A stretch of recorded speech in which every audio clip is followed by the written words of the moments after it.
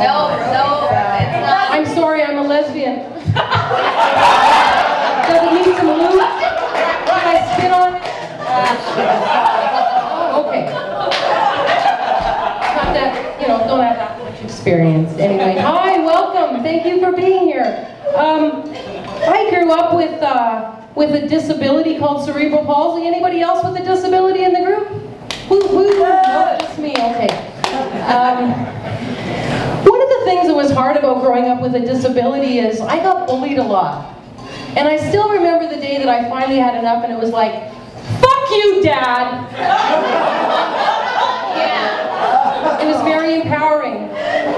Yeah. I have a friend named Jasmine. She has quadriplegia. She came to work the other day and she said, oh my God, I couldn't sleep last night at all. I tossed and turned all night long.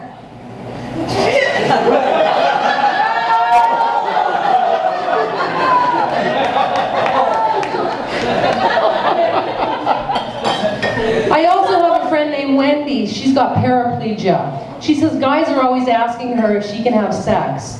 This is her message to you. I have paraplegia, not vagiplegia. She wants you to know her vagina just works fine.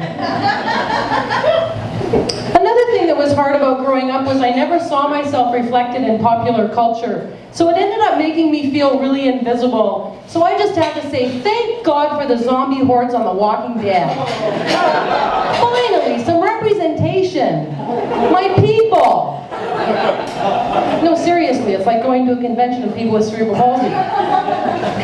Except they're hiring able-bodied actors, those fuckers.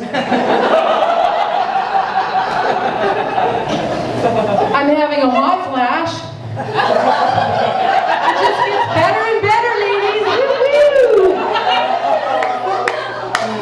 Of course I believe in global warming. I'm not a nut bar.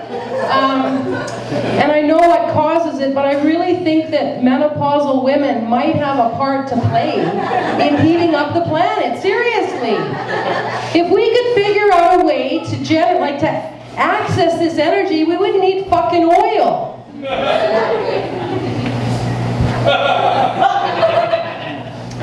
So when I was a kid growing up, I had to wear special shoes. They were called corrective footwear, which is just a really fancy name for super duper ugly shoes. No, seriously, they were boots, leather, thick soles. They wrecked all my outfits. Fast forward a million years later, I'm at a lesbian dance. I'm looking around. All the dykes in the room have a pair of these corrective footwear on. No, seriously.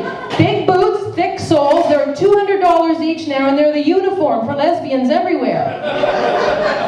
And it really got me thinking, and I just have to say thank you for the correction. Helped me with my walking, got me on the road to lesbianism. Woo woo! Yeah, I'm a lesbian. How can I not be? Have you seen women? They're gorgeous. I feel bad for straight women, though. Well, that, and they have to suck men's dicks, but somebody's got to suck those dicks, and it's not going to be me, so thank you, sisters. As a lesbian, I find that I'm always getting crushes on the wrong people, like straight women, women that are already in relationships, men. But you know, when I think about it more, it's not men that I'm into as much as I love their clothes. And I love their shoes. But you know what else is sexiest at all about men? Their male privilege, right? Right? Equal pay for equal work. Less chance of being sexually assaulted, but more chance of being believed if it happens to you. But this is the best one of all. Complete control over their own bodies and their own sexuality, and complete control over women's bodies too. Woo! I want me some of that, right? Ladies, can I hear it? Woo! Yeah! So as a lesbian, I'm a member of the LGBTQIT community. We keep adding letters, which is great, but it doesn't make a good acronym. It never has. It always reminds me of a sandwich. Yeah, can I get an LGBT on rye? But can you hold the sausage? And the special sauce?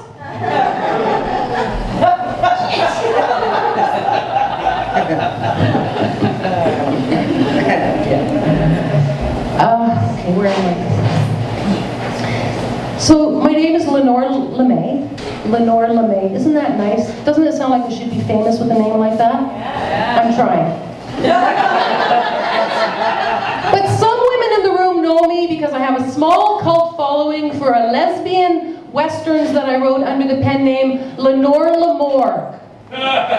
Lenore LeMay. The first book I wrote is called Homo on the Range. I followed that up with Big Vulva Valley. It was a huge hit, huge. I followed that up with Labias and Bolo Ties. That book was completely misunderstood. Nobody got it. So I just got out of a 17-year same-sex relationship. It's a bit of an adjustment, but it got me thinking, aren't all relationships same-sex, really? I mean, once you've been together for a number of years, isn't the sex the same? Over and over and over again?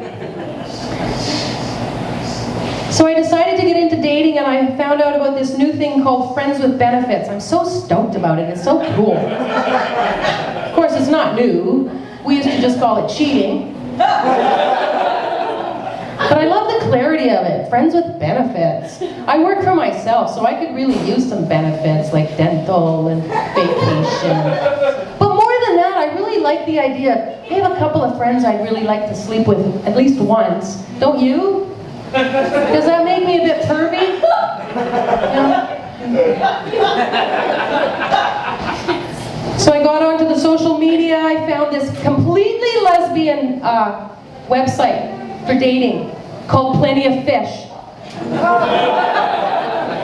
Imagine my shock when I got my first dick pic. It was not what I was into. But it made me think we need a lesbian dating app called Snatch Match. You know? What about Clitter? Instead of a tweet, you get a clit. So I finally found somebody to date. We were on a date.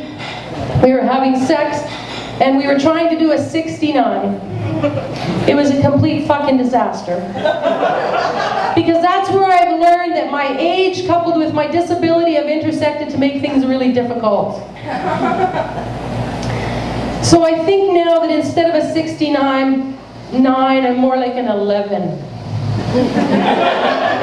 Our sexual position, or a 14 if I'm feeling really flexible and frisky. So I'm sitting on this woman's face. That sounds nicer than it was.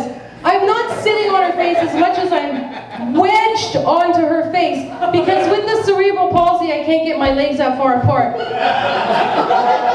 And so I'm worried about her because I don't think she can breathe. And that would have been fine if she were into autoerotic asphyxiation, but she wasn't. And I was worried that we were going to have to call the Victoria Fire Department and get them to use the jaws of life to get me off of her. But that got me thinking.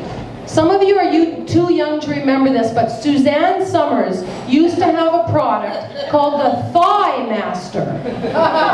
But I was thinking I could use the Thigh Master as a sexual aid. Picture it. Can get those thighs right apart, get right in there. Right? Or use it as like a little platform to sit on. Anyway, I don't know.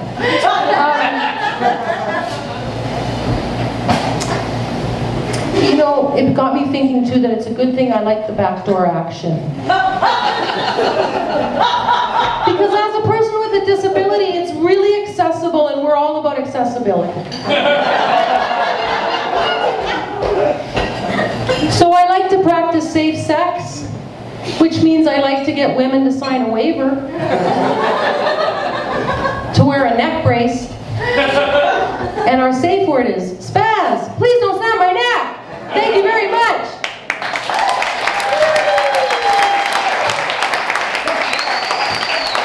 Give it up,